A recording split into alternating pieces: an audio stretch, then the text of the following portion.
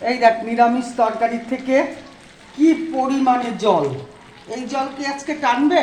হ্যাঁ হ্যাঁ, এই জল টানবে আজকে একদম। কেমন টানবে দেখ।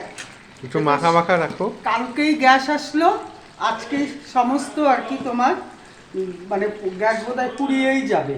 সমস্ত সবজি দিয়ে এই যে তোমার নিরামিষ তরকারি হচ্ছে, আর জল দেখ। আরে না, একটু চালের গুঁড়ো দিই। না, চালের গুঁড়োটা দিলেই ভালো হতো, কিন্তু চালটা তো শেষ হয়ে গেছে। হ্যাঁ হ্যাঁ, এবার মানে চাল আনলে খুব ভালো হতো। তাছাড়া ময়দা আটা এই সমস্ত খুব বাজে লাগে না, একটা লোদ লোদ চালের গুঁড়োটা দিলে বেশ মিষ্টি মিষ্টিও হতো, আর জিনিসটাও বেশ ভালো হতো। সম্পূর্ণ পরিমাণে তোর বাবা বলছে আটা দিতে। আটা দিলে এটা বাজে লাগবে না বলতো? আটা ভালো লাগে না, হ্যাঁ গ্যাদ গ্যাদা টাইপের হবে।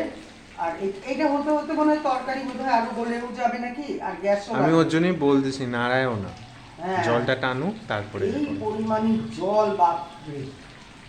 ঠিক আছে বন্ধুরা, আমার তাহলে নিরামিষ তরকারিটা হতে থাক, জল শুকাতে থাক, তো রাখছি, টাটা।